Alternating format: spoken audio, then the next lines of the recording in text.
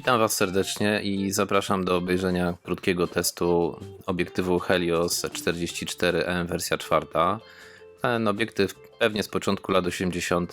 jest niezwykle solidny. Widzicie, w jak świetnym stanie jest zachowany egzemplarz, który posiadam, a jest ich naprawdę dużo na rynku. Można je spokojnie kupić za 100 do 150 zł. Warto podobno testować różne sztuki, bo różnią się ostrością. No ja kupiłem od kogoś, kto twierdził, że ten test sam przeprowadził, ale zapraszam, popatrzcie jak wyglądają zdjęcia, a na koniec jeszcze kilka słów komentarza. Przyjrzyjmy się teraz, jak sobie Helios radzi przy różnych otworach przysłony na pełnym otwarciu. Mamy ten piękny swirly bokeh, taki charakterystyczny, choć ostrość centrum obrazu no nie powala. Obejrzymy to sobie za chwilę na powiększeniu. Przysłona 2.8, ostrość wyraźnie się poprawia.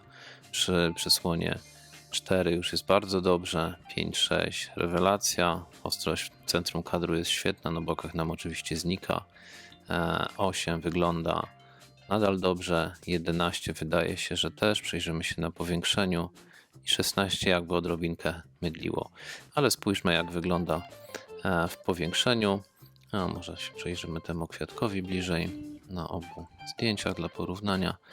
No i teraz tak, po prawej stronie przysłona 2.8, wyraźnie ostrzejszy obraz, 4 jest jeszcze ostrzej, no to już jest bardzo ostry obraz, naprawdę świetnej jakości, 5.6, ja nie widzę istotnej różnicy, 8 już jest troszeczkę mniej ostre, 11 ta ostrość faktycznie nam tutaj spada i przysłona 16 wyraźnie jest mniej ostry obraz. Inaczej mówiąc, przysłony w zakresie 4, 5, 6. Teraz pokazuję przysłonę 4 i przysłona 5, 6. To jest optymum tego obiektywu. Tu jest naprawdę bardzo ostry. Ok, popatrzmy jak Helios radzi sobie w sztucznym oświetleniu na wzorniku. Maksymalny otwór przysłony 2 w tej chwili. Wygląda na to, że w centrum kadru jest nieźle, natomiast na obrzeżach obraz wyraźnie mydli, bez żadnego powiększenia to widać, ale dobra, przymykamy przysłonę. Kolejny stopień 2.8, chyba się poprawiła ostrość w brzegach kadru, na środku wygląda bardzo dobrze. 3.5, nadal jest super. Idziemy dalej w górę, przysłona 5.6, wydaje się, że jest nieźle, no ale będziemy oglądać powiększenia. 7, nadal chyba jest dobrze. 11, może nawet troszeczkę się poprawiło, ale zobaczymy na powiększeniach. I 16, nie widzę większej różnicy. Ale ok, powiększmy sobie obszar centralny w każdym z tych ujęć. No i cóż, tak wygląda w tej chwili w powiększeniu przysłona maksymalna. No jeśli nie mamy porównania, wygląda zupełnie nieźle, ale ok, przymknijmy do 2.8. No wygląda na to, że rośnie nam tutaj i ostrość fajnie i też kontrast. Przymykamy dalej. 3.5. Ostrość też lepsza. Idźmy dalej, 5.6, dobra ostrość, centrum kadru, choć jak widzimy, tak w porównaniu z tą dwójką, ta różnica nie jest jakaś dramatyczna, więc dwójka jest zupełnie użyteczna. Przysłona 7, moim zdaniem bardzo dobrze, jeśli chodzi o ostrość i kontrast. 11, może delikatnie jest bardziej miękko i maksymalna 16, obraz mięknie wydaje mi się w centrum kadru, choć nie jakoś bardzo, ale ok, wróćmy do wyjściowego powiększenia, do wyjściowej przysłony 2 i powiększmy może sobie tutaj gdzieś obszar tego krzyżyka i tutaj już widzimy, że na tym obrzeżu kadru no jest naprawdę słabo, tak, jeśli chodzi o ostrość. Kontrast też jest słaby, z ostrością nie ma szału. Maksymalny otwór przysłony. Dobra, przymykamy 2.8, ok, idźmy do krzyżyka. Czy jest lepiej? No tak, jest lepiej. Kontrast się przede wszystkim poprawił, ostrość trochę też, choć nadal pozostawia moim zdaniem wiele do życzenia. Lecimy dalej. 3.5. O i słuchajcie, 3.5 wygląda już naprawdę nieźle na obrzeżach. Ostrość wyraźnie wzrosła, kontrast jest dobry. Może jeszcze to nie jest perfekcyjna ostrość, ale jest zupełnie nieźle. Dobra, stopień dalej, 5.6. I co my tu widzimy? No przy 5,6 ostrość jest, no może nie idealna, ale całkiem niezła, jak na brzeg kadru. Kontrast bardzo dobry. Wygląda na to, że 5,6 ten obiektyw lubi. 7. Idziemy w górę. 7 wygląda chyba najlepiej moim zdaniem. Zaraz sobie porównamy z 5,6, ale 7 jest naprawdę obraz świetnie ostry i ma bardzo dobry kontrast. 11. W 11 przy przysłonie 11 jest również bardzo, bardzo dobrze. Tutaj nie ma powodów do narzekania. No i przysłona maksymalna 16. Wydaje mi się, że kontrast troszeczkę spadł. Ostrość jest nadal bardzo dobra.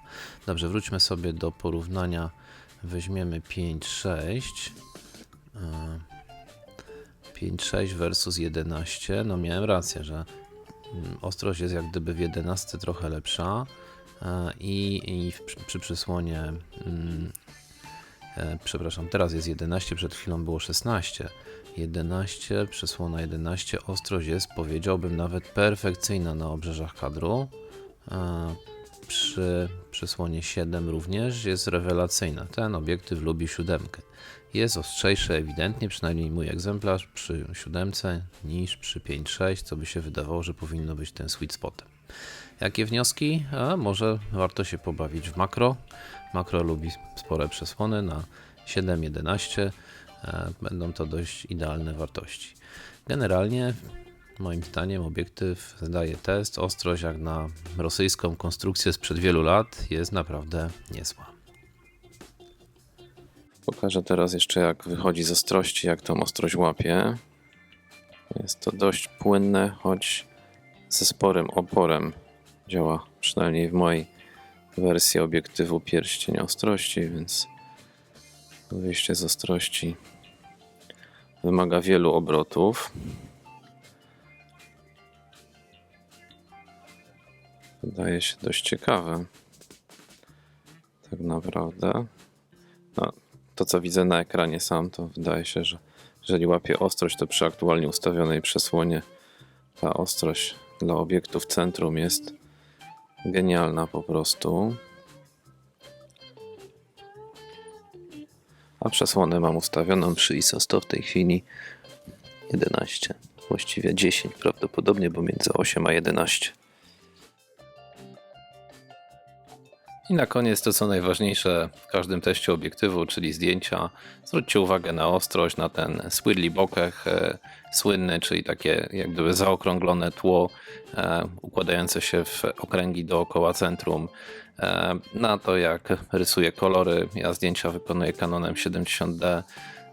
Uważam, że ostrość do portretówki jest po prostu genialna.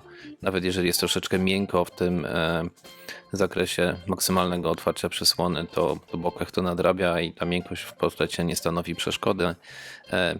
Obiektyw ostrzy od około pół metra, w związku z czym możemy się pokusić też o zbliżenie, o fotografię kwiatów. One wychodzą naprawdę fajnie.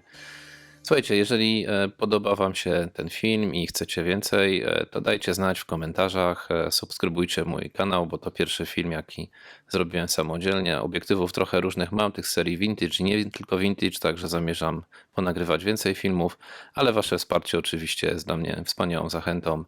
Trzymajcie się i zapraszam do kolejnego filmu. Myślę, że to będzie film o obiektywie Takumar 55 mm, bo będzie go najłatwiej z Heliosem porównać.